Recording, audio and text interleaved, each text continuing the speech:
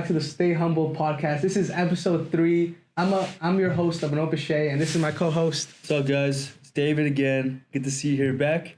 Today we have Tony Attalla. Hello, hello. He's got some really cool experience in many different areas. But first, I want to talk about all the advice you guys have been providing us. I really appreciate it. Sometimes it gets annoying, but I appreciate the criticism. Keep shooting over those tips and tricks on how to get better, how to improve. We want to make this the best experience possible, so I do appreciate that. It's awesome. But anyway, back to Tony. So you have a very interesting story, actually. So you told us that you used to be a chef for 3 years. Used to be a chef. Worked at Chipotle. And now you're on your path to getting interested in getting your CPA potentially, but also on the path of accounting. Yes. Walk us through your story. It's pretty cool. So, first of all, I just realized this is the second Tony, back-to-back Tonys. And it's crazy. True. Double Tony action. Running it back. Double T's. Yeah, I mean, where to start? So, I was born in Egypt, in Asyut, which is like a random city in like central Egypt-ish. Moved to Cairo when I was like a little kid, and then moved here in the United States at like 2010, and I was moving around a lot, just trying to figure out where to put like my new home. So that's basically what my childhood was, moving around a lot and everything. Like I went to Minnesota first, and then in Central Valley when I moved to California, and then moved down here in SoCal. So that was tough. Wow, but that's interesting. I think it led me to a point where, you have to face these challenges, and it made me a better person. Like it made me grow a little bit. So I was a little bit grown other than other kids that were my age. And, you deal with like difficult hardships, but like, life goes on. But basically I wasn't the best student in school, didn't do the best. But what I did was like during the high school, like junior and senior year, even though it was the midst of COVID, that was kind of the 2 years where I turned around in my life and I tried to make myself better. So I fixed my GPA a little bit and I graduated high school. But right after high school, I had to work, which is what started the chef journey right there. So I had to work immediately just because we were in financial trouble. So I work straight in the restaurant industry as a dishwasher first. I work at this restaurant in downtown Disney. It's not open anymore, but it closed down. But I got that job, and basically it was like the training of like how to do fast-paced stuff.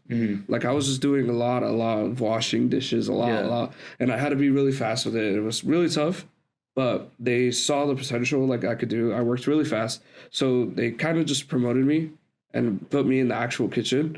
Even though like they told me like, oh, like we'll teach you this, that, and the third. I told them like, guys, I don't even know how to cook eggs. Like I don't know how to cook at all. So, but they said like it's okay. Like we'll teach you everything we know and everything. I was like, okay, I'll try it. And when I did it, it was really like fun. It was more so because my whole family is more like an arts. My mom is really big into music. My dad he draws. Oh my God. Okay, wait. Yeah. Hold up. Go ahead. I have like a million questions, bro. That's crazy. So first off, usually people, every time I hear about Egyptian immigrants, they go to like New York, New Jersey, or like one of those areas, like Florida. Right? I've never heard of Minnesota. Yeah. So that's wild. So like, what was that like? So like, how long were you in Minnesota for? What was it like living there? It was more like 6 months or so. Like that's a give or take. I went there because one of my aunt actually lives there. So we stayed with her for a while. Now the reason we went to Minnesota is because my dad, funny enough, as you mentioned it, went to New York by himself to go to New York Film Academy to get a degree here in the United States. But in film? Yeah, in film. He had to get like a certificate or something. That's crazy. But me and my mom, my little brother, stayed at Minnesota for a good bit until finally we were like, let's just all go to California, in which we did. And because there was a New York Film Academy in California by the Central Valley, which is where we stayed at first. But no, yeah, that's why we went there. It's a weird journey, but that's really cool. Yeah, we were like, just like beggars can't be choosers. Yeah. So we just kind of took whatever we could. Yeah. Even though it was freezing cold, I hated the weather. I hate cold weather so much, but you just have to take what you could get at certain situations like that. No, I mean, anything else? What you got? I always saw your dad with the camera. Yeah. I always wanted to ask you about like what he actually did. So Yeah. did he actually work in the film industry, or Yeah. what did he do? So, funny enough, before we moved at Egypt, he was really, really big in the video production, stuff like that. He was known as, I think, like an executive editor or something like that, for big TV names and stuff like that. And he showed up on TV a lot of times, but that's all in Egypt. I know that he did a lot of that here too, but it was really tough because he kind of just gave up all that life for the future of me and my little brother to go here. And it just wasn't, yeah, right? It wasn't safe to stay in Egypt. So he gave all that up and it just kind of moved here. But he still does that stuff. He's a video technician now and he flies around. Like he works in this TV show that like it's about dancing, it's talent and stuff. But he works in the production team and he flies around a lot of states. Like, you know those magnets that... Sorry, the sound. You know those magnets that are... like they have the state name or the city name and stuff like that. He sends you. Our whole fridge is filled with so many places that he's been to. It started as hey, this is like an hour thing. Like all of us, wherever we go somewhere, That's pretty cool. We get a magnet, we put it on the fridge. No, he just decided to make his own thing, and our fridge is just filled with these magnets. Like it's cool to think about. I will admit though, it must be tough to like adjust to each time. Like it's really, really tough. Like I only traveled to Philly like for 1 week. And I'm still jet lagged. Like my sleep is messed up like crazy right now still. And I don't know. That must be tough. So your dad's always on the road? Yeah. Basically? He's always gone. And I mean, like it seems fun though. Like he sends us pictures and stuff. It seems really, really fun. Like he's just exploring and stuff. So like when you were a chef, like did you get 2 pieces of toast and like put someone's head in between and call them an idiot sandwich? No. Wait, what do you like?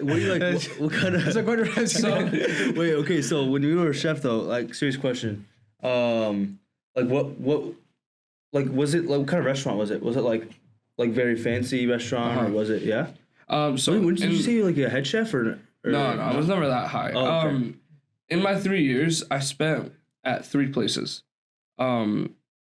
So basically, the first restaurant at downtown Disney, it was not very fancy. It was just more like, what's it called? Seemed fancy. It's called La Brea Bakery. It's closed down now. Oh, okay. But like, Is it because of you or? Yeah, I just destroyed it. No, the worst part is I left before it could get like shut down, so I didn't get any like severance or anything. It was like I missed out. Yeah. But no, I mean the place wasn't like super fancy at all. Like it was nice. That's all about it. Then I went to this restaurant in Costa Mesa. Do you guys know where the Seeger Storm Center of the Arts is? No. Right by South Coast Plaza. It's right across South from Coast there. Plaza, yes. Yeah, it's across from there. Yeah. It's this big like performance place where they have this big stage and everything. There's like a little restaurant that's like very connected to that place. Whenever there's a show, the restaurant's open. That was very fancy. And I worked as a fish chef there. Oh. Where anything that came out to sea, I basically got a hand in it. Oh, dude, I hate Anything the smell of that came out fish, to bro. I didn't mind I mean, it. you don't mind it? No, it's not awful. But like, it was weird creatures that you never like. I made squid, lobster, crabs, clams, and all types of fish. So did you have to like what was your? Did you just get it prepared? Like did someone else prepare for you? You did it from start to beginning. Wow. Yeah, you get a whole fish just right in front of you, and you have to prepare it. How did you learn? Like they showed you how to do it, obviously. Yeah, right? but that's crazy. While I was, and I forgot to mention this too. Nasty. While I was in downtown Disney, I went to culinary school for a little bit, and then I didn't finish it though. Bro, what have you not done, bro? I've definitely explored my options. I've definitely explored them. But That's crazy. No, I mean, I go to Cerritos College now, but I went to Cerritos College for culinary first. And I didn't finish the degree. I just kind of dropped it when I felt like... You didn't like it, or... It was more so like...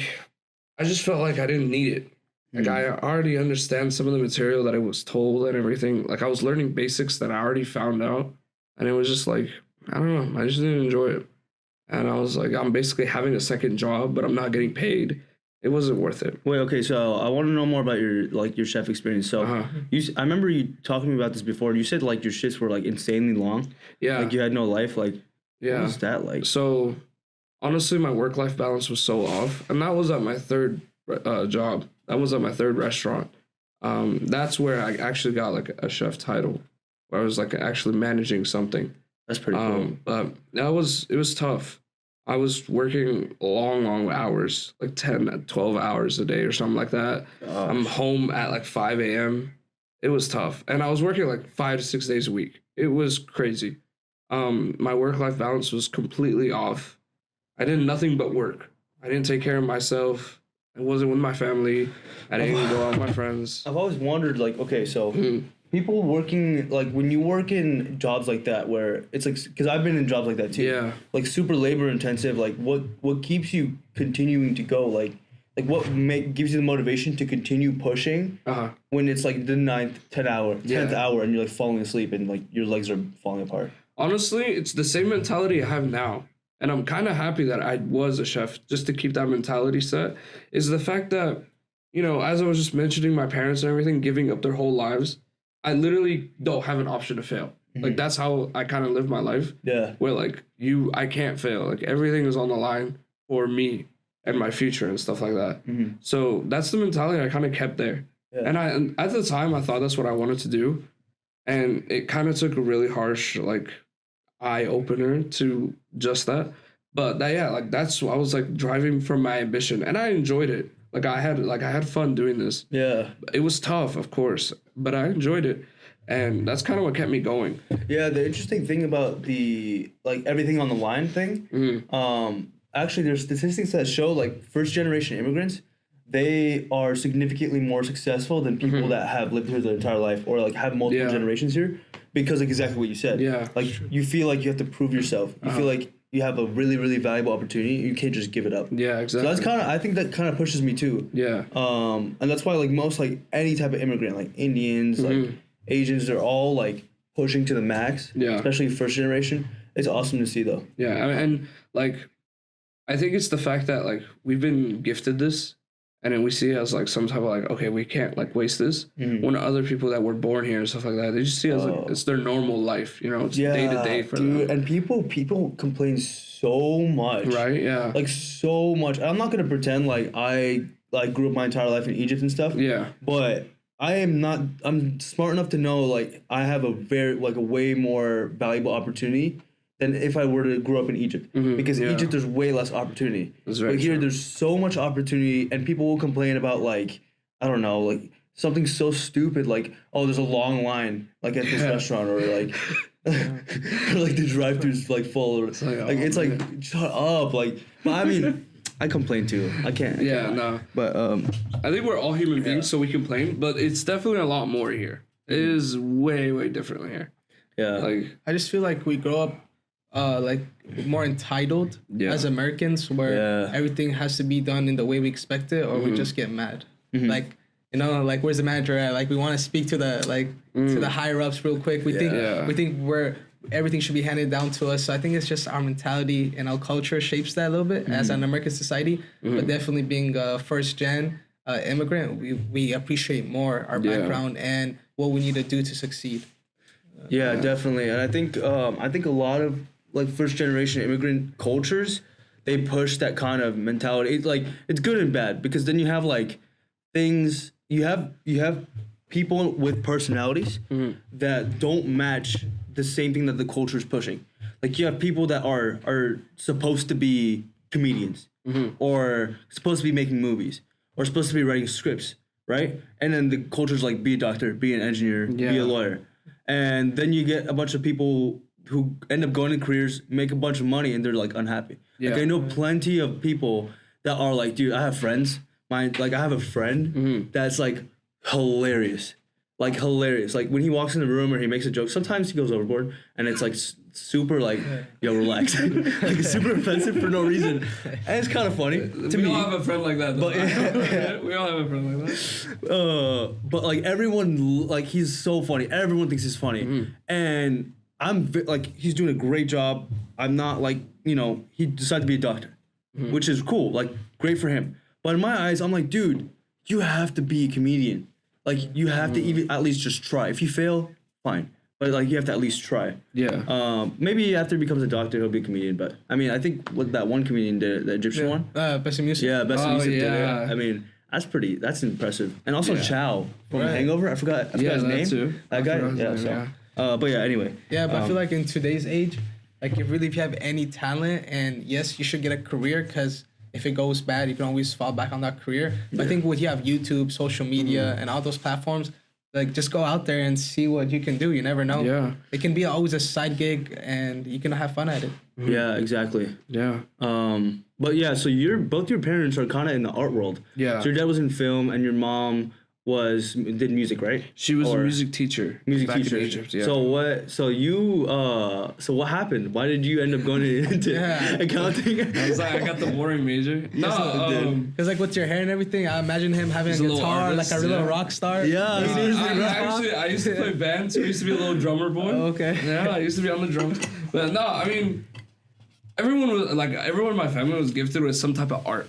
Right, so that's really cool. My dad, he was really big into drawing and like multimedia arts and stuff like that. Which I have that multimedia arts thing too.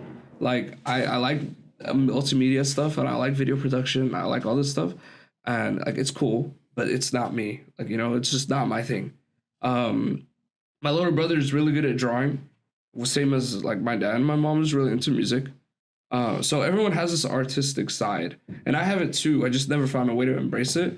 Which, when I started learning how to cook, that's how I embraced it. Yeah. So that's when I was like, wow, I'm making these dishes. I'm doing this my way. I'm doing this my style. Mm-hmm. That was my embracing the art that I had, because it's literally called culinary arts. Yeah. So I did that. That's crazy. I never really think about cooking as art, but yeah, it is a form of art. When you put it that way, generally it is. When you make like this beautiful, like really fancy dish, like you look at it, it's like this deserves a Michelin star. It's so satisfying too. It really is. I've done it a couple times. When you eat food that you made, it tastes even better. What about when you give it to other people? Do you feel sad? Yeah. Were you ever hungry and you're like making this fire ass dish and you're looking and you're like, damn. You know what's crazy?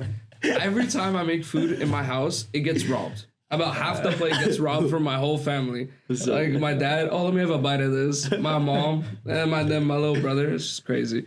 But no, sometimes my biggest, because you're in the restaurant industry, is hospitality. Your whole thing is to make others happy. Mm-hmm. So what I did was the first restaurant I worked at, and then the last one, they were both open kitchens. So I saw what I made delivered to the table. Oh, okay. Yeah. So, and I saw these people eating it, and they're like happy, and they're like, dude, that to me felt probably like really so rewarding. I was like so satisfied and everything. Yeah. Because there were times where I just felt like awful. Yeah. And I'm like cooking this stuff miserably. Yeah. But when you don't give it love in each dish, it sounds really cliche, but it actually is a real thing. Mm-hmm. When you actually like care about the what you're making. It's genuinely like rewarding. So sometimes I do feel like miserable, like when I was working that. But whenever like I saw something like that, like I saw a little kid eat my food and he's like all happy. Yeah. I'm like, wow, okay. Like, so like, a difference. I mean, you would work 10, 12 hour shifts, and that's super tiring. But what you're saying is like when you would make this food, you put like everything into it, and then you would see the person eat it and see the reaction. They're like happy with it. That kind of made it all worth it. Yeah, it really did. Yeah. It was just like a little like, it was like satisfying. I don't know how else to put it. Yeah. It was just like, wow, that's really nice. Like I made that and I just made someone happy because of that. Yeah. Like you would think it's just real simple. Like I'm making food, they eat it. That's it. There's a lot that goes on. I mean, it's really interesting. Have you ever catered food for anyone? I have. Catering is tough. Yeah. Catering is so, because you're making everything like elevated out of like 100 times. Yeah. It is tough to get the ingredients too, scale up the ingredients. It is really, really tough. Really, it's a lot of work. Is it a tough business to like run? Or have you ever tried to do it as a business, or just basically for fun? A friend asked you, can you have a party? In the restaurant I was in at Costa Mesa, they had me do a couple catering things. It was more so like, hey, everybody just crack down as much food as possible. Like we're just making this amount. Like basically you get like this little like, hey, we're doing this number right here, and we need number this, number this, number this, number that, and then you just get to work. Mm-hmm. About like maybe, I don't know, they give you like 2 to 4 hours, something like that, depending on what it is, and then you just make food, and then when you actually show up to wherever, or sometimes it's actually at the restaurant, you just kind of serve like boom, boom. Like, you know how you guys like eat at the cafeteria? Yeah. That's basically how it is. This kind of cafeteria is basically like a catering thing where like, hey, everything is ready. I'm just wait, what's that place called? What? The Cedar Storm Center of the Arts? Oh, never mind. The last one cost, and you said your last restaurant. My last restaurant was at Newport Beach. Newport. It was, so that should be fancy, right? It was. And then you also were at Chipotle, right? And then okay. After I left that. So GM, right? I had an apprenticeship, That's for GM. so cool. So GM. I seen a job ad for that. Yeah. So it was when I was at Newport, I worked there for a year. I was working like 2 to 3 months, entry level cook, and then finally I got promoted. And I actually had like a record of like the youngest chef in their company history. And this is like a pretty old company, and they're Canadian too. So I think if I'm correct, I still hold that record. There you go. Proud of that. But honestly, it was really tough work. Like, I don't know if it was worth it or not. The life lessons and everything I gained from it was worth it. And it was like good money, but I was just like giving up my life. Like I was literally like selling my soul to get this money. It was not worth it. Yeah. So there was one time, the reason why I kind of just stopped and I realized I didn't want to do this anymore. One day, I'm basically going to work 3 to 11 p.m. Easy shift. But at the end of the shift, and let me say this real quick. So we have a pre-shift and a post-shift where like we get like a little meeting type thing. We talk about our goals in the pre-shift, and then our post-shift, we talk about how the day was, what could have been better, what was really good, stuff like that. Yeah. So I was conducting both. In the post-shift though, after I finished, basically I fall back, like I pass out. Fall back, hit my head on the grill. Jeez. And like this big scab opens up behind the back of my head. I fall down on the floor and then I start having a seizure right then and there. Now the crazy part behind that was there's no history in my family ever having a seizure. Like you can go back so long, none of that. I never had any signs or anything like that, but it just happened. And when I went to the ER and stuff like that, it was really big. They basically just told me a lot of things. Like, you were dehydrated, you didn't eat well. They kept listing, you're like, you're overstressed, you're overworked, like, you're sleep deprived. And they kept listing a bunch of stuff. Yeah. And all of that stemmed from work. Like, every time I thought about it, it was just work. Yeah. That's when I realized, like, I took 2 weeks off, and that's when I realized, like, why am I doing this with my life? Like, I'm looking at other people that are high up in this company and stuff like that, and they don't look happy. Like, to be honest, they look pretty miserable. They're working longer hours than me, or maybe even the same amount of hours, and they're, like, way up there, and they're older and stuff like that. Like, do I want to do that? I mean, I feel like enjoyable. I feel like sometimes it takes an experience like that to really steer you in the right direction and make you realize that, like, you can either work for someone, and that's totally fine. There's nothing wrong with doing that. Or you can start your own thing. Yeah. And both of them have their challenges. They're both difficult. And sometimes people over push you. Exactly. Like, that's not okay. You know, like, people who are managing you should have seen this coming. Yeah. And they should have seen how much they overwork their staff. Exactly. They should hire more people. They have to be more caring about their staff. And unfortunately, most restaurants aren't. Exactly. Most restaurants don't care.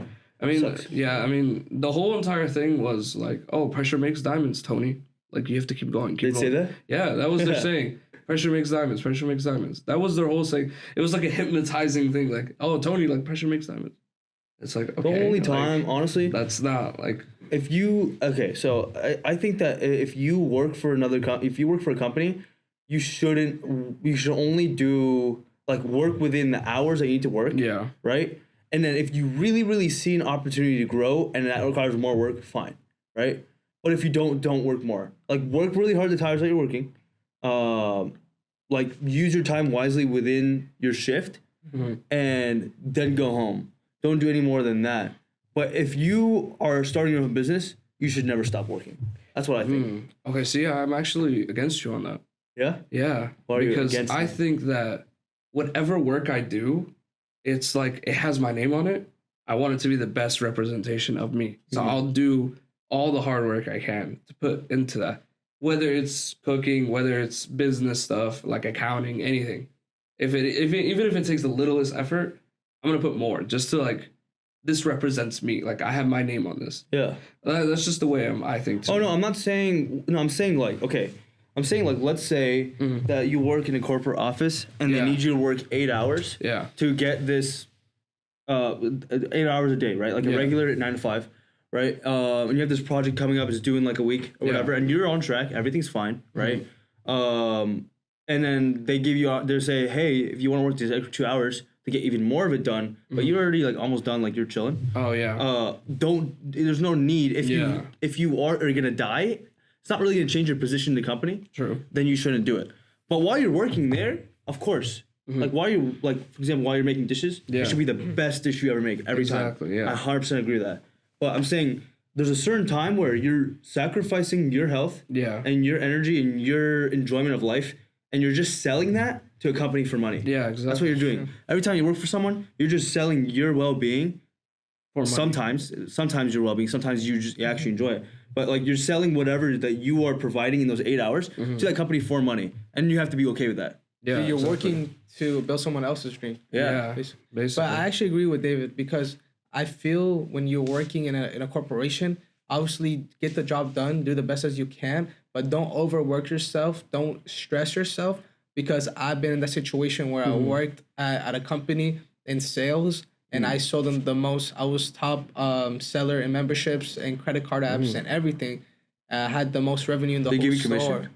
No, I never got. I heard Best Buy, because I worked at Micro Center. You worked at Best Buy, right? Yeah, I worked at Best Buy. Yeah, Micro Center used to give commission. They used to tell us, don't go to Best Buy. They don't give commission. They don't. No. So damn, so you never got commission? Never got commission. Everything crazy. was. I only got paid minimum wage, but they still had the strict. You have to meet these standards. I always met. I always went above and beyond. But it's like no matter what you do, you're just another employee, and you're always replaceable. And that's why I got laid off. So. That's why I have this mentality now where if I go to any other job, of course, I want to give my best foot in, but I'm not going to stress about whether this company does good or well, because at the end of the day, if they're not happy, if the manager's not coming to me and telling me, how do I support you? How do I help you improve?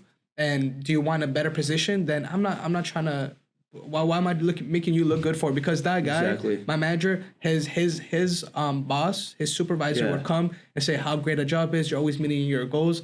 And yes, he did a good job, but maybe some of the credit goes to the employees who actually work. True. So yeah, exactly. I mean, you have to see it for what it is. Like, unfortunately, when people start businesses, they hire people. Most businesses, they don't give a crap about you. Yeah, they really, really don't. They want you to do the work and go home. Yeah. Some businesses that are good, which is what we try to do at our business, is to like actually we want to see like the employee grow.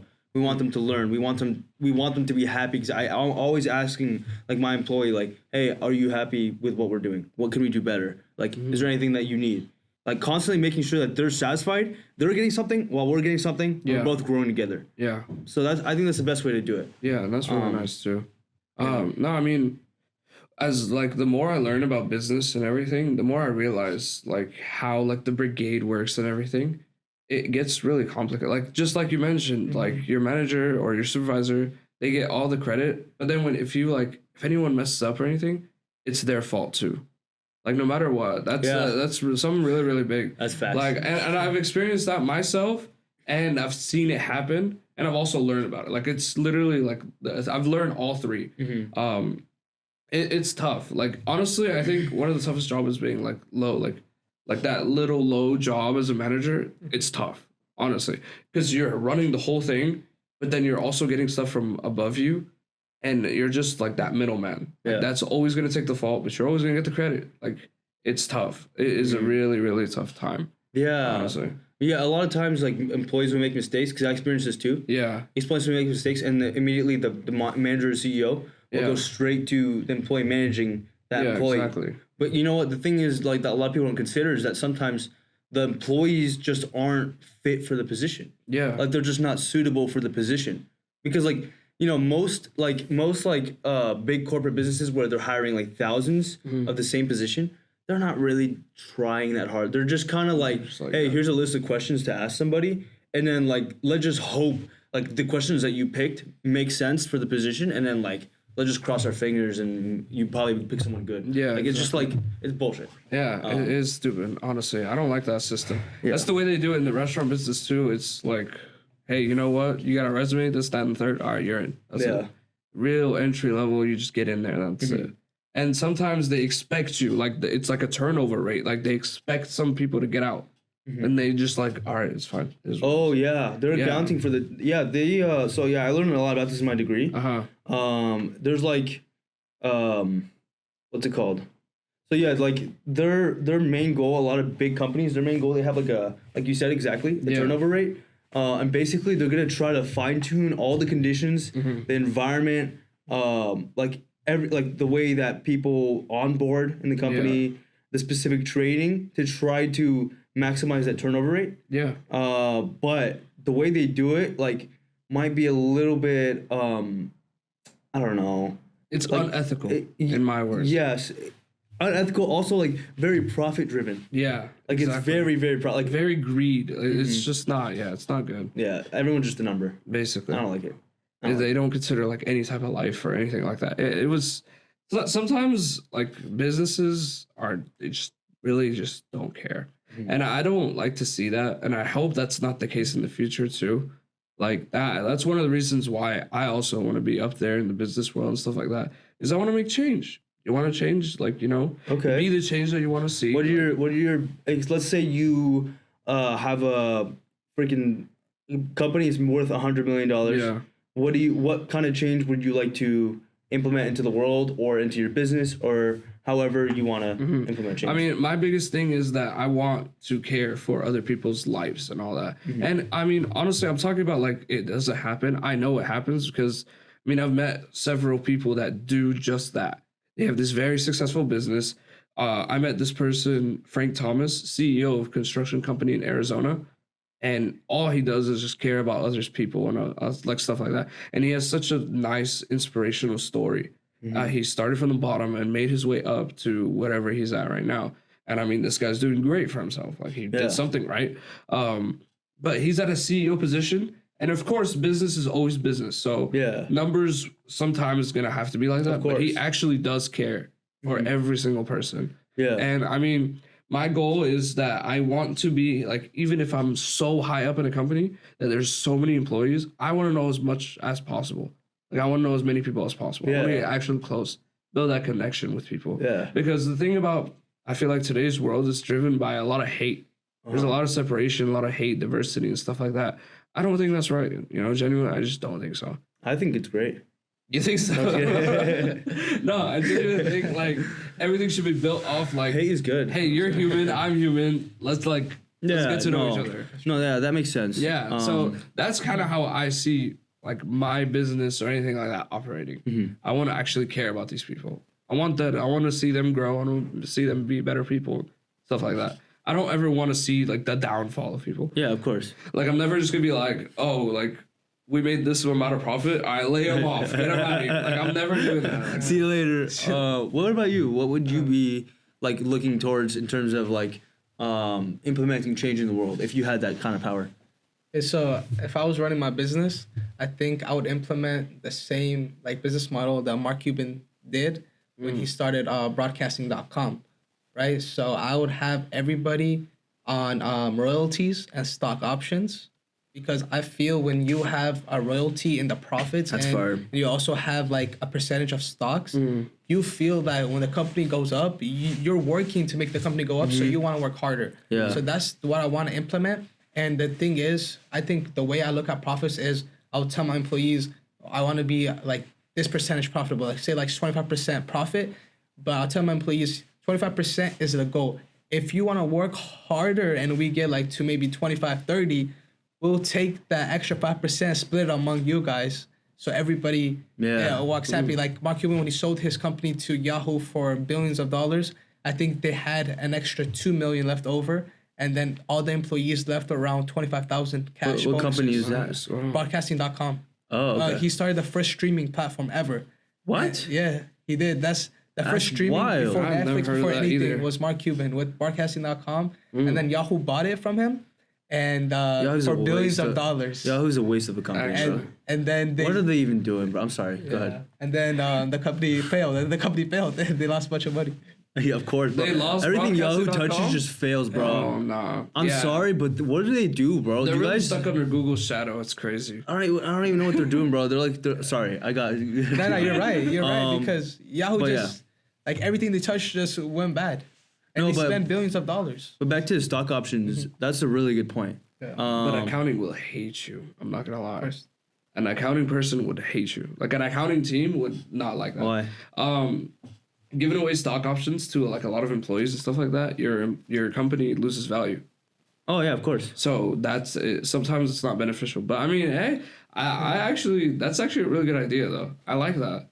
Like it would be because then when you like work hard, you're working towards yourself because you're getting a share about it. Like that, I think the best. I mean, I think it's pretty straightforward with like, I mean, just looking at like basic psychology, like when you directly correlate your performance to what you're getting in return, like your performance is gonna go up because you're gonna want to make more money. Exactly. It's pretty often. Or a quarterly bonus. Yeah. You get that. I think that's like if I know I'm gonna get a bonus, I'll work way harder. Why not? I'm benefiting too.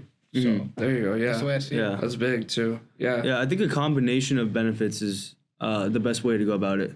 Like, I mean, you got to give a little bit in every area, like work from home, stock benefits, bonuses. I mean, not all of those, but pay time off. You got to pick and choose. It's kind of like a nice little. Dude, so the pay time off thing, a lot of the new companies, they're doing unlimited PTO. Yeah. Which is a trick. It's all a scam. Oh, is it? It's a huge scam. So basically what they're doing is you get unlimited PTO. Take as much time as you want off, right? Go do whatever the hell you want. But when you get back, the people that didn't take PTO are probably going to make you feel bad, right? Or your manager, all that stuff. Because they never took PTO. Because they never take PTO. So you come back from your PTO and you're like, oh, you haven't done all this work that was supposed to be done. This is not good. Your performance isn't good. So then you automatically feel pressured and compelled to never take PTO. And then that becomes the natural culture of the company. And you end up taking less PTO than if you would have if you had a set amount of PTO every month. Because you're going to lose it. So yeah, honestly, it's bad. I wouldn't care less. I would use as much PTO as possible. You'll get fired. No, I mean, it's the feeling of like, hey, you know, if I have it, I'm doing it. And if you do it within like a timely manner, they know, they're aware about it. It's their job to take care of that. Yeah, and honestly, I mean, I think there's some companies, I'm gonna be honest, like there's some companies where like you just gotta work 10, 12 hours. Exactly. Like, and that's the kind of culture they have, and everybody there is okay with it. Like SpaceX, like I heard SpaceX is ruthless. Oh yeah. And that makes sense. It's a company making rockets. Exactly. Like they have to be on top of their shit. They have to make sure that every single aspect is there. They have to fine tune every single part that they're designing and making sure that every dimension is according to exactly the plan that they have it set out to, or else people die. Or like they lose millions like, or it's really, hundreds of millions of dollars. Yeah. So there's some companies that need to. I have a friend at SpaceX right now. Tough. That is a tough job. It's hard, Yeah, I know. But yeah, I heard. Did you hear about the how Elon Musk he did a thing where I think you probably heard about this, right?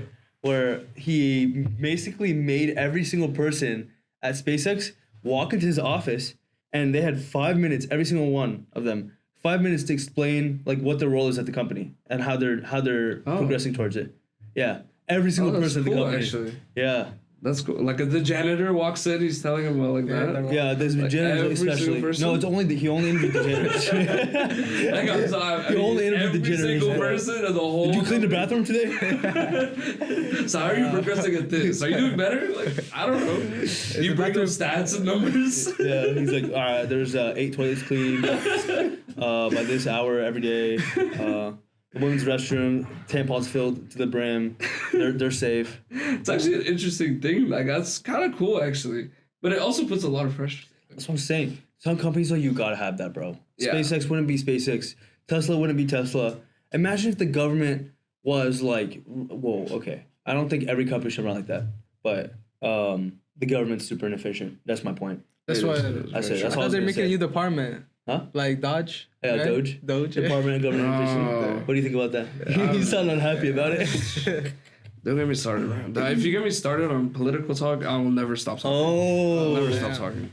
Let's do it. Let's get into so it. many things I disagree with. I Okay, think what it's do you like, disagree with? I think it's a good idea. Because I think there's a lot of stuff that they're wasting our resources, wasting our money. Very much so. And there's somebody that has to say this is unnecessary and focus on. I already know this what budget. you're gonna say. But what do you got to say? So, the first thing I want to talk about is what's it called? I think it's like Social Security. No, I'm just kidding. What would you say? Never mind. I was so wrong. Never mind. Ignore me. Social Security, which is like supposed to help everybody and all that, and you pay a certain amount to help others. That system is failing like crazy. Yeah. It is known that system is failing, and nobody is ever going to step up to the plate and say, "Hey, we need to raise this tax." Because the system is failing. What? So yeah, actually, You want to raise the tax? like it's not a good idea On Social Security? It's not a good idea, I'm gonna kill myself. but it's not a good idea, right? We can bleep it out. It's not a good idea. No but stuff hard intended.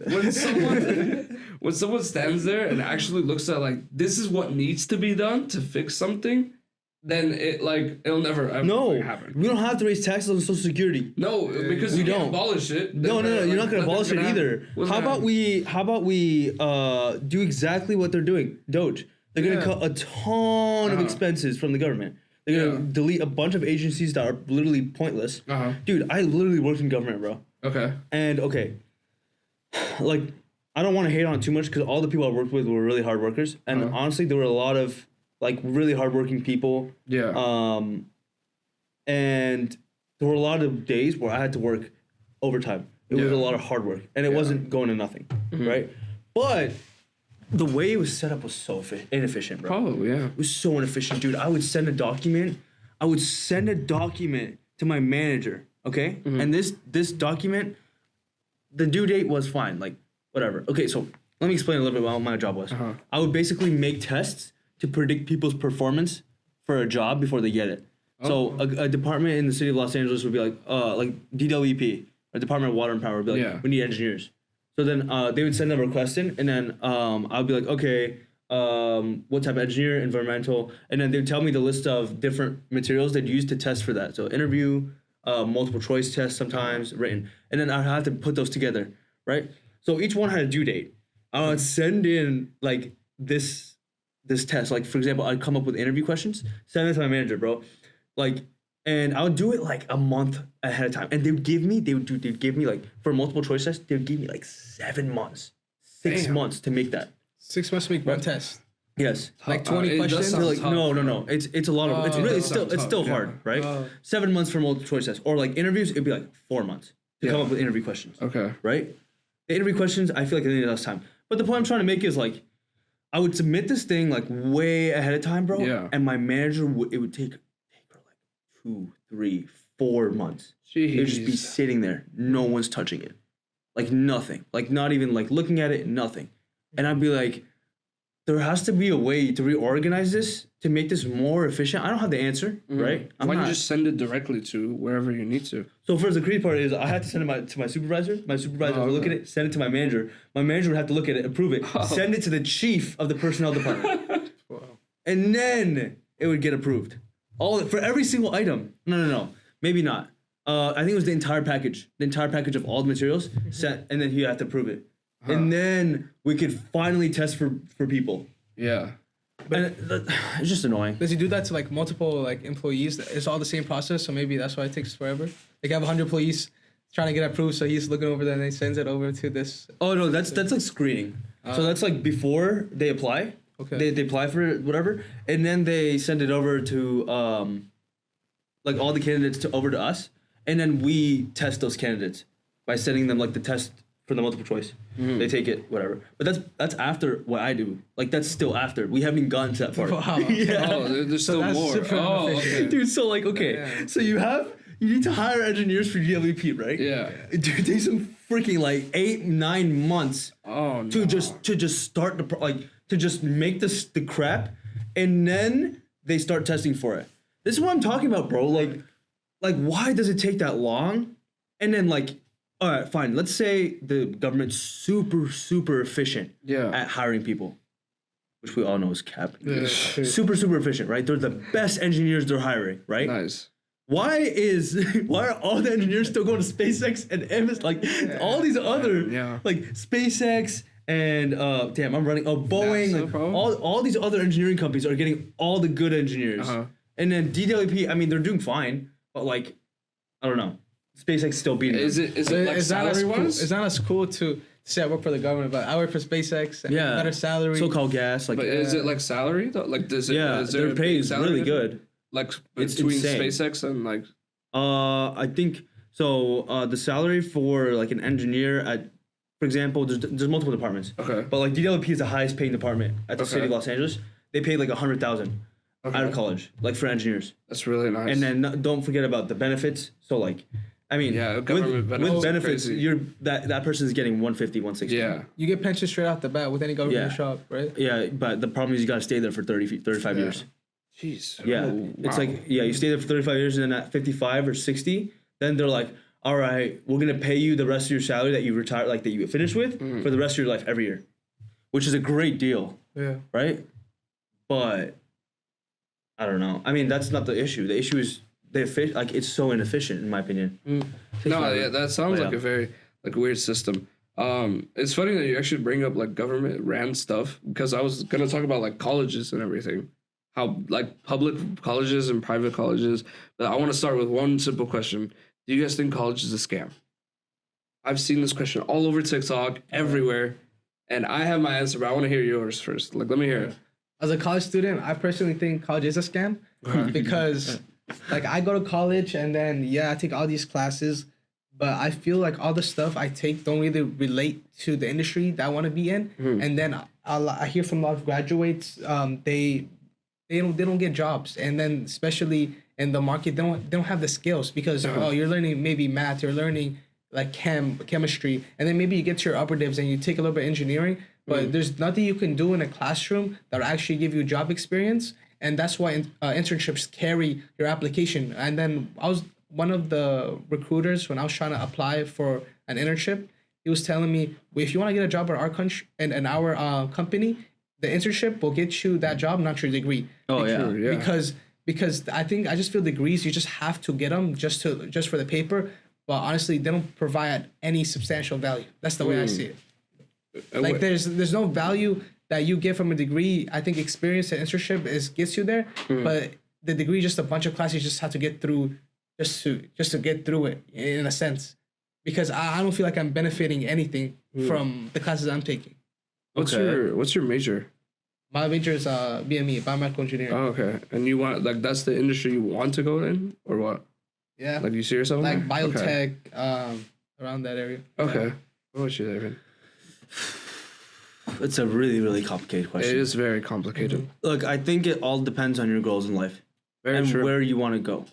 Like, if I want to become a doctor, college is incredibly important. Yeah. Right? You can't do a surgery. No, but see, that's like important, and it being a scam is different. Well, no, I'm saying, but it's a scam. No, you can't. I don't think there's any other possible institution that will provide you the same level of education with the same level of rigor as a college, like as a college, like for a doctor, for example. Okay, but so the argument people would make is the fact that sometimes in colleges and stuff like that, you're not getting the education that's necessary. You're getting just some type of regular education, and you just get it for the doctrination. That's it. You just do it for the degree, and that's it. That's what I'm saying. Like that's the whole argument. It's a scam. Not obviously for a doctor engineer, you need to go to college. I need you to learn those skills, right? Yeah. But why there's so many like these extra classes, like these gen classes you have to take, gen ed class you have to take. There's all this units you have to take. It's a whole business. You have to stay for 4 years. Yeah. You have to. These are the classes you have to take instead of. If I want to become a doctor, why instead of doing undergrad and then med school, why can't I just do med school for 8 years? If I'm in med school for 8 years, I'll learn way more and have way more experience than doing that undergrad. But the problem is there's basic. It's just a waste of time. But there's basic information. I know, there's basic information that you need, bro. Like how are you gonna do surgery without knowing like what George Washington did? Right? That's what high school is for. Okay, I'm joking. No, I'm joking. Okay, but maybe you could do a program that like you just do like a medical program that just like 5-7 years and has this all one thing instead of like do this. I feel like what is this point of this undergrad thing and then going to grad school? I just don't like it. I see your frustration, but okay. I think this is the problem with college. Yeah. Okay? It's just kind of like, bleh, like, here's a bunch of information. Yeah, basically. Here's this class, and here's this class, and here's this class, and here's this class. Okay? But it doesn't answer it doesn't answer, like, the crucial question is, like, how can I take all this bit of information right here and create, like, a canvas? Yeah. Like, a beautiful canvas of, like, who I am, what I think, and how I'm going to utilize all that information to apply it to make money. Yeah, exactly. That's what they don't do. That's the problem. Exactly. They don't teach you how to, like, find, like, your true passion, right? Like, if there's a life, like, there should be, like, a life skill, like, class, or even freaking major, bro. Like, there should be classes that like, show you how to, like, do your taxes, right? Show you how to actually explore your personality and find out who you are. How to actually believe in something and know that you truly believe it and why you believe it, and come up with the logical conclusions for that. That's kind of philosophy. Yeah. So, but, like, philosophy is not, like, exactly, like, part of what's it called, the prerequisites, or, like, the basic classes. Okay. I forgot what it's called. Yeah. You can take it as a GE. GE. That's what I meant. It's not general education requirement. And then it's also, like, you gotta teach people how to like, have basic life skills, how to manage their money. Right? And then how to figure out what they want to do in life. I don't know if I already said that, but how to figure out what they want to do in life. That's, like, that by itself is a skill. Yeah. To be like, what do I actually want? Like, so many people come out of college and they're like, I don't even know what I want to do. Exactly, yeah. And it's like, that should have been, like, that should already be done, like, after high school to college. Maybe first year you take time to figure out. Second year you got to figure it out. And then by the time you're in, like, your third year, your fourth year, you should be like, I actually really, really love this. Yeah. Right? And then there's some people who actually never love anything, and they hate working. They don't want to work. And for those people, they just got to find something that's bearable enough to where they don't want to I don't want to say it. They don't want to jump off a cliff when they do that thing. That's not much better. No, it's a little bit better. It's a little bit better. They don't want to jump off a cliff for doing it every day. Like, if the people that hate work, just find something that you don't hate, like, that you can just bear, right? And make money. But the most important thing is that you're making money. Like, making enough money to be happy with. And if you're happy with $20,000 a year, good for you. If you're happy, if you want $100,000 because you want to have a family, that's awesome. Work towards that. You know, I'm not judging anybody on how much they want to make, but just strive towards something. Yeah. So I actually have a point that's against both of y'all, actually. I think that college is not a scam. And this is my point. So out of the restaurant business and everything, I had no idea what I wanted to do. I'm like, I'm lost now. At this point, I'm in this void that I enjoyed managing stuff. Cool. Like, what can I do with this? So I was going to go back to school for hospitality management. And then someone told me, look, you don't know what you want to do. Just do business administration. Keep the doors open. I was like, okay, let me do that. So then I go into business admin. I take all these business core classes, but I also take a bunch of classes just to kind of figure out a bunch of stuff. Like, I'm learning some new stuff.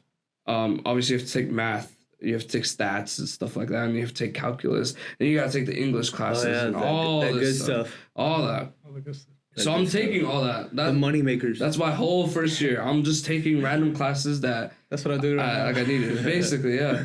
And then, but what I did was I built this skill, like in stats. I built really good skills on research and statistics. Okay, this is very important. What's the equation for the regression line? I'm not remembering. Oh, shoot. No, I didn't say. I said I'm gonna learn it. Shoot. I didn't say I'm gonna memorize it. Hold on. I said I learned it. I'm not gonna memorize it. I'm just kidding. Sorry, continue. But actually, cool thing about in stats that I did was I did a research, an actual one in the whole school, where I've tried to figure out, is your favorite song subconsciously, like, you pick the favorite song because of how much it resembles to you, like how much it relates to you. Like, it's as if you're in the back of your brain somewhere, you subconsciously pick a song because it's as if it's you in music form. And then I did research on that. That's a really interesting topic. I did stats and research on that. So what'd you find? I found out it is. Like, it's very true. It's just, no, so the reason why, like, I don't know if we're asking, it is, it's true. true. Give me like a stat or something. Wait for it. I got you. So, it is. No, it's like the Reese's paper is like, is music connected to how you feel in music? Yes. Background information, blah, blah, blah. And then you get to like the methods, blah, blah, blah. And then results, it is. And then the conclusion. It is. No, okay. So the reason why I did it was because my favorite song genuinely represents me as a person and like journey through life and all What's that. your favorite song, by the way? I was going to ask that. It's... what was it called? Let It Happen by Tame Impala. That's my favorite song. I love that song. That's a really good song, dude. I love Tame Impala. I could listen to that every single time, and it will never get boring for me. Yeah, basically. But so then I was like, okay, well, if that's my song, is it the same for everybody else? So I came up with these questions like, oh, does this song relate to you? Like, well, of course, what's your favorite song is the first one. Does this song relate to you? Why did you pick this song? And then you start talking about, like, is there a specific, like, memory or anything like that? And, like, going through the stats, and I had people do a bunch of survey questions and all that, I figured out, like, a lot of people realize it after I tell them, like, oh, this was the whole point. And they'd be like, oh, wow, like, that might actually be true. Yeah. And then you look at these responses, like, some people are like, oh, like, this song makes me feel like how I felt when I'm with, like, my mother who passed away or something like that. And you genuinely get to listen to the song, and I'm like, yeah, this definitely, it's just like, it's like a 1-to-1 rate. It's as if they're literally reliving that memory back. That's how much it relates to them. Yeah. So it's actually crazy how music, like, works really, really well with your brain, and it actually fits in that, like, little puzzle piece. It's perfect. It's honestly, it was actually it's crazy amazing. to figure out. What was this class? It was just stats. Stats? Well, psychology 210. Oh, there we go. There we go. It had psychology in it. Yeah, we had a class like that too. That's really cool. So it wasn't it was stats in the psychology of humanity. Dude, that's the beautiful thing, bro. Okay, here's the thing. Here's the problem. We like, okay, there's like, oh my god, I have like a really huge thought right now. We should pass that. Go ahead. In my brain. There's like all these like structures that have been created in terms of the job market, right? Oh, I want to be an accountant, like you said, or I want to be like a dentist. All this stuff. People have done things the same exact way every time for those jobs. Exactly. And that's why they're all cookie cutter. There's a cookie cutter dentist, and this is what you have to learn because the college has said so. This is what you have to know, blah, blah, blah, for like accounting. This is what you have to know, blah, blah, blah. But like what you just learned is the skill to be able to like collect information from people's brains and like in a way that is actually hopefully the most possibly accurate way that you could. Yeah. Which is using the scientific method and research in psychology. Exactly. Right? Yeah. That's like an insane skill. It's insane, yeah. And honestly, even though I hate the class, it's just surveying people. But that's what you're doing. You're collecting information in a way to where like it's as accurate as possible if you follow it correctly. Yeah. You could use that in any industry ever. Exactly, yeah. Which is why, like, even though I don't like stats, I hated it. I was like, oh, this is an insane amount of equations, this, that, and the third. Like, one problem takes a whole paper. When you apply that hoe, though. But exactly. It goes really crazy. And when you learn the skill, it's really important. I'm like, damn, like, I just did something. Like, I just figured something out. Like, yeah, dude. Like, because I looked this up. Like, maybe there was a little bit of answers, but I actually did research in my school. Like, I was like, damn, like, this is kind of big. Yeah. So, it's opportunities like that I feel like college isn't a scam for. Like, I took English classes. I don't need to take... I'm a business major. I don't need to take English. But when I took these English classes, I figured out I like writing. I love writing. I write about random stuff every single time. Like, every day, I just write. What's the last thing you wrote? I hate David. I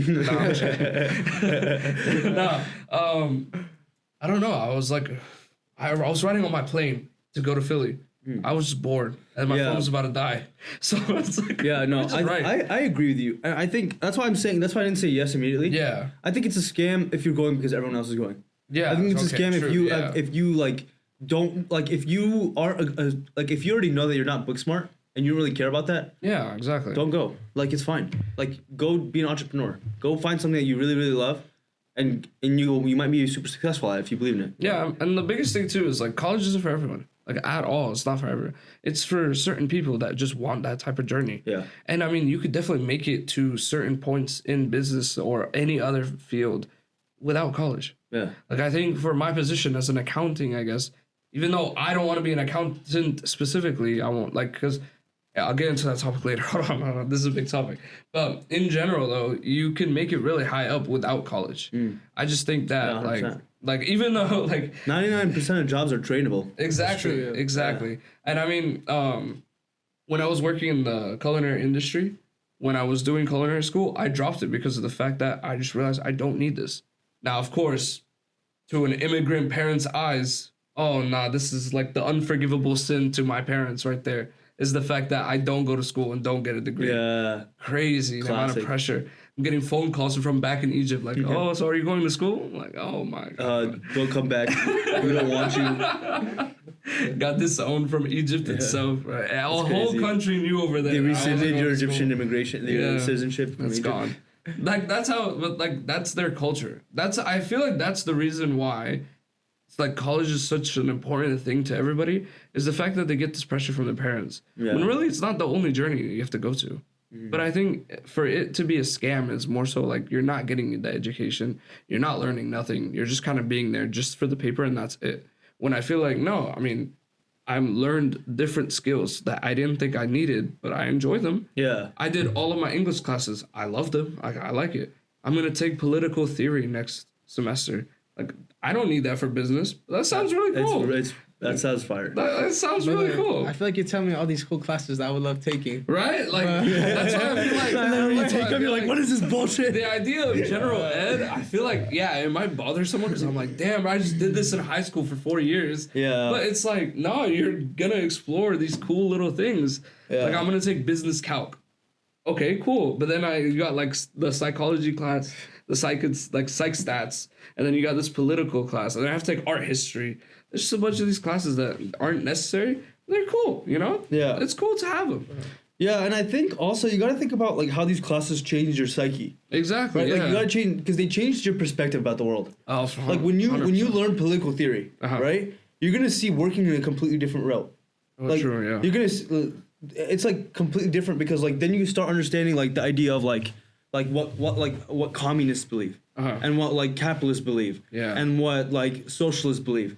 And then you're going to decide on, like, you're going to take perspectives from every single one of them and then be like, oh, like, maybe I shouldn't sell, like, my working power to this business. What? What are you laughing? What's going on? I thought of a really funny GE of first year. It's called game theory. What's that? You don't know about game theory? What's game theory? I love game theory. It's an econ class, but game theory is, like, it's picking up girls, basically. Okay. Hold on. That's not what game theory is. I know it's not. What's your game theory? It's not. But the professor kept on going back to that. I guess the way he uses it. The way he was making fun of it. I think it's just so funny. It kept pops back in my head. Game theory is like the study of like, oh, what am I gonna do that's gonna affect this person? What is this person gonna do that's gonna affect like? That's pretty cool. It's kind of like deciding what move. It's like playing chess. Exactly, but my professor was saying that, but it was related back to that. It works. Part. It does fit. Yeah. It does actually fit. Game theory. It does fit real well. Yeah, it's like... Okay, what would be the first lesson that you'd give in game theory if you were teaching it? The first lesson? How to pick up girls. Game Theory by Dr. Bishay. I don't know. From what I remember in that class... Is it that time of the podcast where you start talking about girls or what? Is it time? Is it here? It's inevitable every podcast. Did it arrive? Is this it?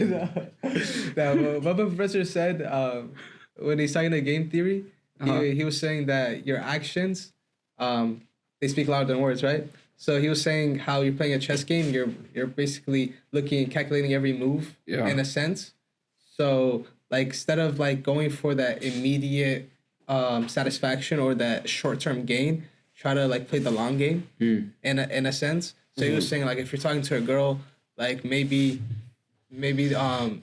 be what did he say? He said, oh, instead of just trying to like pick up the girl immediately, play the long game where you're more like friends or you're more in her classes or something like playful. Yeah. Like I don't know, just playing this long game. I really didn't pay attention in that class, but you know, I passed though, so that's all. What if I want the short game? The short game? The short game. What's the short game? I don't know. Don't answer me that. I'm not answering that on this podcast. My mom's watching. Come on now. Your mom watches this? Your mom's a subscriber. I showed her the first episode. I did actually show her the first episode. She subscribed, or I was like, look, you know these two? She knows you. She doesn't know you, sadly. That's surprising. Of course she knows. How does she know me? At church? What do you mean? I've never seen your mom. I don't even know. That's crazy. Probably if I show you a picture. Yeah, I'll probably know her if I see her. Yeah. Yeah, I definitely know her. Oh, sorry. I just hit the table so hard. But no, I mean, that's just... Is this a segment where we go to like women, or am I gonna continue with what I don't know? No, we can talk about anything, bro. Oh yeah, let me bring up this topic. So I'm not trying to be an accountant at all. Okay. But so the idea is, what was that? Sorry, I want to flip it. I want to do bottle flip. I got distracted. All right, so the idea is, when I took business administration, I wanted to keep all the doors open because I have no idea what I want to do as a career. Do you think the CEO will be okay with that? What? Like when you... Are you making a joke about keeping all the doors open? Yeah. It's so stupid. You make these dad jokes. I know. Dude, my roommate hates me, bro. My roommate, Donnie, like, he hates me because I always make these jokes. He's like, bro, they're not even funny. Like, I'm sorry. That was so dumb, too. I know. Anyway, because I have no idea what I want to do as a career, for sure. Nothing set in stone for me. So I took business administration. I had my first accounting class last semester, and that's what kind of like changed everything, like my direction. Because my whole entire idea is I'm going to a Cal State. I don't care what Cal State it is, because it's easy to get into and it's cheap. I'll get in there, I'll do business management, get out. That's it. That's what I'm gonna do. And then one of my econ professors just like flipped the whole entire idea backward. Like, he was like, don't do that, don't do this, don't do that. Like, he's just like, business marketing, no, awful. I'm like, why? He's like, oh, it's very broad. You don't learn anything. No skill whatsoever. I'm like, all right. He was like, well, so what should I do? Oh, he was like, MIS, finance, or accounting. Those three options. What's MIS? Management information systems, like data analytics and stuff like that. Okay. So I was like, well, I don't want to do any of those. I'm like, all right, I'll figure it out. The thing was, I was like, well, if I don't want to do business management, I guess I'll do MIS. It has the word management in it. I'm like, all right, there you go. That was my thinking the whole time. And then when I took accounting, I was actually really good at it. Like, I'm not really good with numbers, not the best, but I'm really good at accounting somehow, some way. I was like the second best in the whole class and everything, so I was really proud of that. But the professor saw this potential that I had. Like, I went up to her on like the first week. I was like, hey, professor, like, I have this type of goals, I have this type of idea, but I don't know what I want, and I don't know what I want to transfer to. I don't know much. Like, I want your help. She's like, okay, I got you. You have this entrepreneurial spirit, I see it. And then she like basically writes my name down. She's like, I'm gonna remember this. I'm like, okay, I got you. So then she uses me an example in the whole class every single time. Like, oh, Tony has this entrepreneurial spirit. He's gonna probably do this, this, and this, and this. And then one day, my professor's just really nice. She's pretty old and everything, so she's really sweet. And there's one day this morning, like, I go up to her and she has this straight dead face, no emotion whatsoever. And it uses my real name, like Anthony. Anthony, make sure you show up Wednesday morning. Okay? What's going on? What did I do? What did I do? Like, yeah, we need to speak. Like, my fault? Okay. Sorry, professor. I'll be there. I got you. Wednesday morning shows up. I'm not even awake. I wake up late. I'm supposed to be there like around 8 a.m. I wake up at 8 a.m. And it's Cerritos from Fullerton, so it's very far. Probably like 15, 20 minutes. So I hurry up and I get dressed and leave the house as early as possible. I get there probably like 8:30-ish. Her class starts at 8:30. So I didn't think she wanted to meet with me, but I go to her class just in case.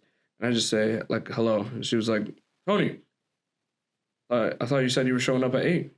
I was like, oh yeah, I'm sorry, professor. I just had a lot of work to do, blah, blah, blah. Completely lying, by the way. I was just knocked out. Yeah. But she goes, okay, that's fine. We can talk right now. She's like, points me to come here in the class in front of everybody and sits me down at the desk, right on the front of the class. The whole class is watching you. The whole class is watching, basically. They're listening to the conversation. Well, they're probably doing work. They were like doing work and stuff, but they're probably like eavesdropping because I'm right in front of them. Yeah. Now I'm thinking like, what did I do? Like, what just happened? Like, I thought I was doing good. But no, I mean, she just throws like such good news. She goes, look, I threw your name in this Cal CPA pathways thing, and they're really interested in you. I was like, oh, nice, okay. She was like, yeah, and I want you to be a part of this program next semester. I'm gonna throw your name top of the list. Like, okay, perfect. She goes, yeah, and then she goes, I also threw your name in USC, as one of the top candidates. Like, I see you have potential to get in there, and I don't think you should settle for Cal State. I think you should go big. Like, you're very much capable of doing that. She throws my name in the USC because they called her. The USC program for, like, what is this? Accounting, so Leventhal School. Wait, so, like, but, like, what specific, it can't be, like, the actual accounting major, right? Like, she can't apply No, for it you. is. She can't apply for you. She didn't apply for me. So how did Like she... So USC calls the professors to be like, hey, you have any people that stand out? Like a recommendation, basically. Oh, it's like a recommendation. Yeah, she gave you a recommendation. Oh, yeah, okay, cool. And then which she like threw my name there. Oh, okay, that's really nice. That's awesome. Like it was really cool to think, like, see, like, having this, like, damn, okay, it was really cool to see this happen in front of me when she talks about me and I didn't even ask about that. Like, I didn't tell her, go talk to a bunch of schools for me. No, I said, help me out with me trying to figure out what I want to do. Mm-hmm. No, she just literally threw me in there. Dude, that's awesome. But it was cool because then I went to go tour USC and I was in love with the school. I'm like, wow, I really need to be here.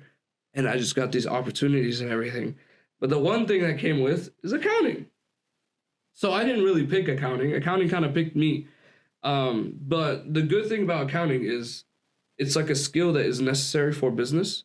So when you learn it and when you actually have a degree in it and everything, it's really, really important. It's like a really good core. So not only does business admin open all the doors, but so does accounting. Mm-hmm. It opens so many doors. I mean, at the USC tour, I meet the vice president of Playboy. Just randomly, he's just there talking because he's a USC graduate too. Randomly, I meet this guy and I have a picture with him in the group and everything. We take this picture, and he was just talking about his experience and all. He was like, yep, started from accounting. And he literally, like, when I talked to him, told him about my ideas, I was like, I don't know if I want to be an accountant per se. He was like, you don't have to be an accountant to go through accounting. Like, I was an accountant, but I got to this position in Playboy because of, like, I have the skill. I can make decisions based off the numbers and stuff like that.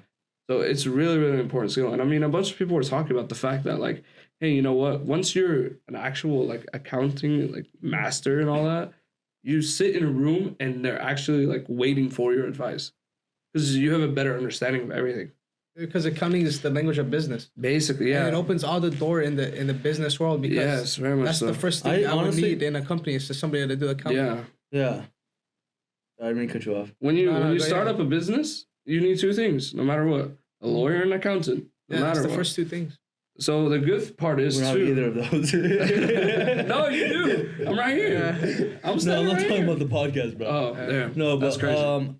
I still don't even understand accounting fully. Like, I tried to do, like, it is complicated. QuickBooks. No, it is really, really complicated. Like, I tried to do QuickBooks, bro. It's a mess. It's complicated. Like, I did a terrible job. I had to restart. I transitioned to a whole new, like, accounting software because I was like, this is a complete shit show. And they tried to charge me like $150 to delete all my data.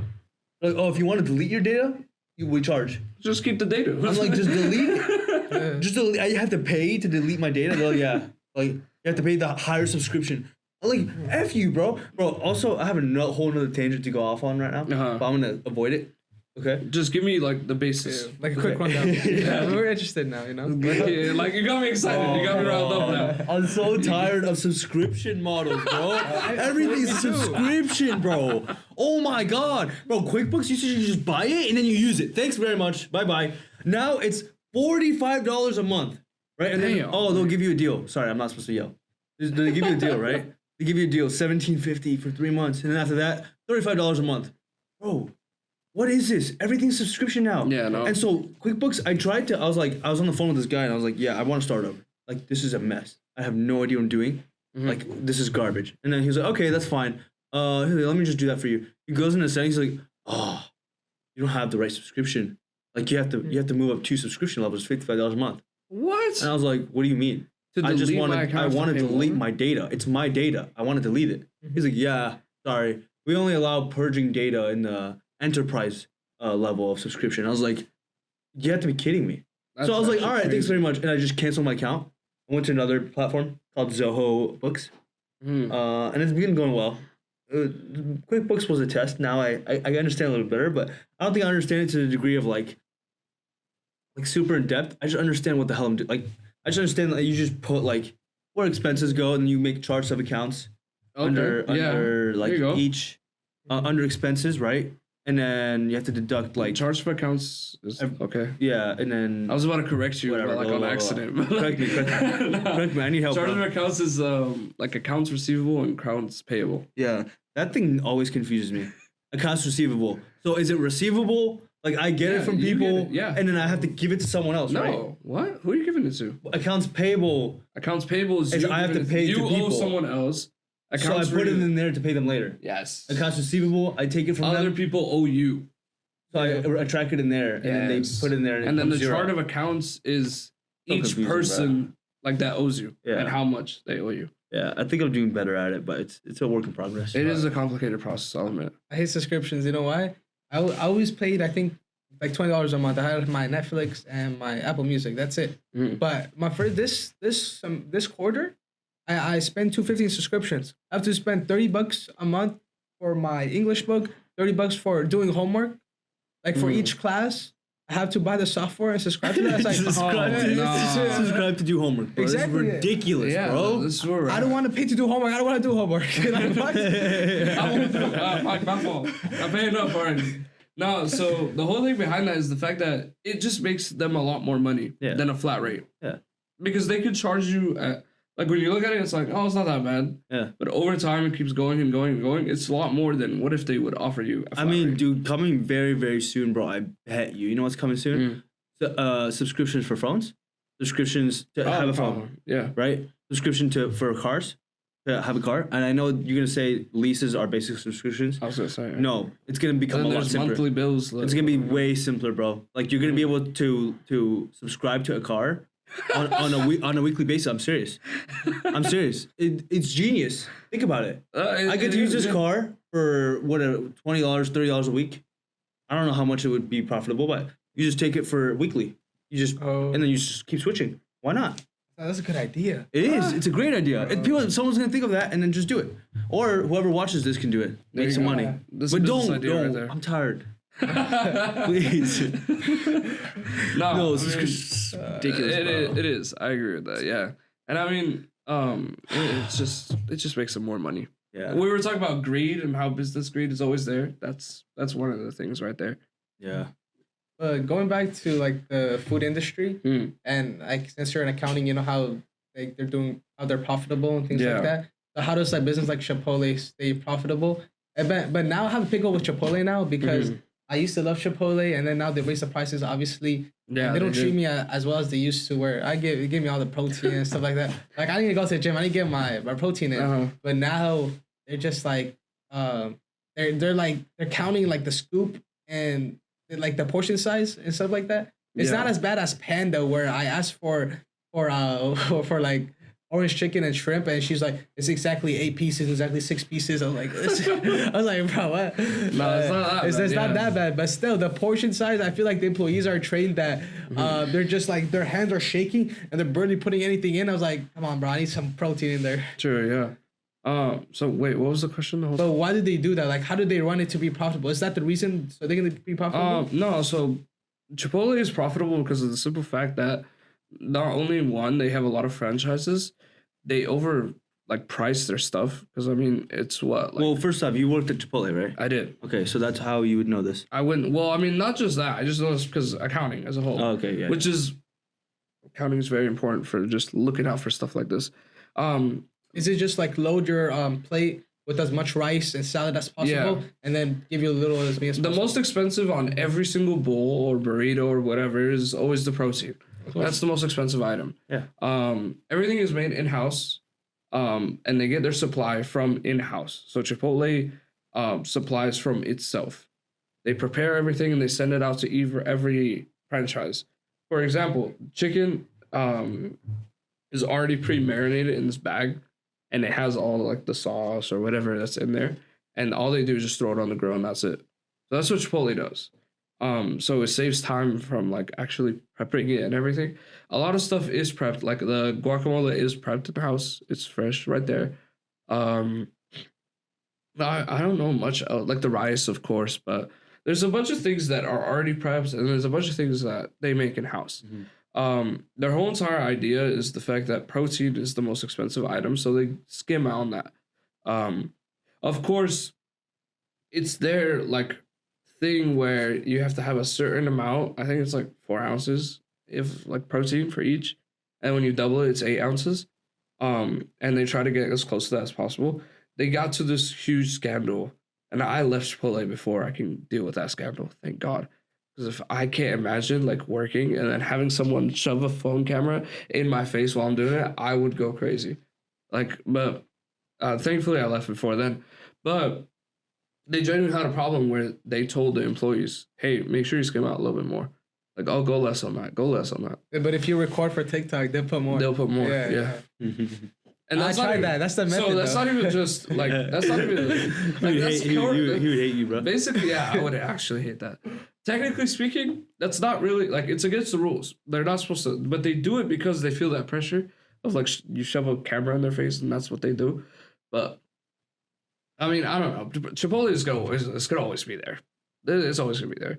Chipotle went through this huge scandal back in like 2012 or something like that, where they gave everybody like this food poisoning. E. coli. Yes, that's it. Yeah, humongous outbreak. But they're still here. Yeah, they're always on their feet. I mean, it's good. It's a genius idea. It is. Yeah, it's really good. And so just to culturally appropriate Mexican food. And then just make it white across all of the United States. Yeah. Then, like the founder is himself like white. He just made he himself is white. He just took Mexican food. Yes. It was like, let's just throw it on a burrito. This guy's goal was like, oh, I'm gonna make a fine dining restaurant. And it went from fine dining to this like fast food thing. And then I don't know what Chipotle would be considered as. I guess fast food, I guess. I've seen the new Chipotle card. My friend pulls it out. It's like a thick metal card. And then every time he goes to Chipotle, they're like, guac is extra, whatever. This is double scoop extra. He's like, yeah, put it on there. I'm like, bro, why? He ends up paying like $20 for the bowl, and I'm paying like $12. And then he pulls out his Chipotle card and he just slaps it on the table, and it's metal, so it does this thing. Wait. And then he gets. Is he an employee or what? No, it's like a credit card. You can get Chipotle, and then you get like if every time you go to Chipotle, you get like 10% cashback or something like that. So wow. So it's like it's so weird. I was like, bro, I didn't know that existed. That's cool. I was like, I need one of those. I might have to get one of those. Yeah, I actually might. 10% cashback. Yeah, he's like, bro, it's so weird. He posts every time we go. He posts up his Chipotle card. It's like silver and it's like metal. It's like a hard card. It's like those American Express cards. That's not even worth it though. But it's like those American Express cards. Really? You think so? No. If I'm paying $20 for a bowl, I get $10 back. No, you don't get $10. No, 10% back. $2 back. 10%, yeah. Oh, I made that math wrong. Yeah, bro, honestly, I think cashback's the biggest scam ever. It's so stupid. It actually really is, yeah. I think cashback, bro. I spent all my charges on a credit card for a month. I got $46. Oh, yeah. Like, what the hell? Yeah. Boy, what the hell? Yeah, it's actually crazy. They skim $46 back. And bro, lot. I bet you that everybody spends way more money because they have a credit card. Yeah, most definitely. That's how they get you, bro. People throw themselves in debt because they have a credit card. No, I mean, the biggest thing about accounting too, you was talking about like how to do taxes, how to manage your finances. Accounting does that. It does exactly that. Because I'm not only managing my finances, I'm not only managing business finance, I'm managing mine too. Like accounting does that. Accounting teaches you all this stuff. Yeah, I want to take an accounting class. You most definitely should. I strongly recommend it. I think it changed my life at this point. But no, I mean Chipotle is always gonna be around, no matter what. They can overprice their bowls to $15. They'll still be they're around. Already there, bro. They're $14.80. They'll always be around. Aren't they at like 12 or 11 or something like that? They're at 14, bro. Really? You're living in 2019. There you go. Especially in Irvine, it's like they'll always be there. I remember when I was working at Chipotle, the bowls were $11.20, $12. Yeah, that's crazy. The good old days, bro. I have some funny ass stories from those times, bro. I actually don't like Chipotle at all whatsoever. Even though I was like there for a little bit, I hate. When I was lying, I would give people a ridiculous amount of protein. So much protein that they would look at me like they couldn't believe it. And my manager would come at me and she would just watch me. When she would watch me, I'd be like all normal, like 4 ounces, regular, just like chill. And then I was like, I'm for the people, bro. Like I'm here, there you go. and I see someone come from the gym. I'm like, bro, I got you. I literally would tell her, I got you, bro. And I literally give him the biggest hunk of scoop, boom, and then I'll do like another like half scoop on top of that. It'll be like, honestly, I'd probably give him double meat, bro. I give everybody double meat, 7 to 8 ounces every time, bro. You know what I like? Easy. When I order double meat and the person like, oh yeah, it's just a regular burrito. Yes, thank you. Because it's like $5 extra. I always get double meat, always, because I want that protein. Like, here's another hack, dude. This is genius. Okay, and I only realized this because I lived it. Right. Okay. When you go, if you want double meat at Chipotle, or like you get like you probably won't get double meat, but you'll get like 1.7 times the amount of meat that you usually get. And you have to ask for half and half. So ask for Chipotle, ask for half chicken. Wait, hold on. And half steak. They stopped that. They figured that out. No. I tried That's not true. Yeah, because they had this whole talk about it. I went like 2 weeks ago, I did it. You think so? Yeah, they had this whole talk about it. No. Like, make sure it's split in half. Blah, Dude, blah. trust me, bro. People's brains, they don't understand what half a scoop is in that little scooper. Your brain malfunctions and you're like, and you just end up giving like maybe like 0.85 of the first thing. And the next one is like maybe like 0.7. You end up getting like 1.5, 1.6. Honestly, it's genius. I don't know. I mean, last time I heard that they had this whole big thing about it. Like they told all their employees, like, make sure you do that. Yeah. I mean, still, even if they tell them, they're not gonna. Probably, their brain's gonna malfunction. Well, because it's a bunch of like teenagers working at Chipotle. Like, and then also another thing is if you want a bigger burrito, like a huge burrito, right? Like not necessarily a huge burrito, but you want the same amount of food that they usually put in a bowl in the burrito, because they don't do that. They give you less food in the burrito because they wanted it, because their brain was like, oh my god, I have to wrap this at the end. I don't want to put too much and then ruin it. So they give you less. So in order to get around that is you ask them to get a bowl and then put the tortilla in the bowl, and then they make a bowl out of it. And then you can either take it and roll it yourself, which everyone sucks at rolling. It's really hard. I still never learned. I worked there for a year. It's so hard. Or you can just ask them to roll it. Yeah. They'll get mad at you, but it's fine. Yeah, who cares? Yeah. But technically, then you just order a burrito. Like, that's just the burrito at that hour. No, it is, but they're not going to give you less if you order just a burrito. Because everyone's scared at being able to wrap it, because it's a lot more difficult when there's too much stuff in there and it gets water everywhere and stuff. Yeah. I'm one of those people that just order extra on everything. Just like extra tortillas. I hate those people. I'm like, bro. I want extra rice. Piss me off. I want extra chicken. I want extra sauce. I want extra everything. That's me. I am that person. Dude. But you know why? It's the fact that I worked there and I saw these guys are skimming. These guys are like, I know. I mean, you gotta ask for what you can get. You know. Exactly. Like, if I'm paying this ridiculous amount, I'm gonna ask for extra. Like, I'm gonna get what I paid for. So I think it looks like we're at an hour and a half. I think it's been time to call it. It's been great, bro. All right. That was awesome. I appreciate your story, bro. I appreciate you. Thank you guys for having me. All right, guys. See you next week. Thanks for stopping by on the Stay Humble podcast. All right. Stay humble. Stay humble, baby.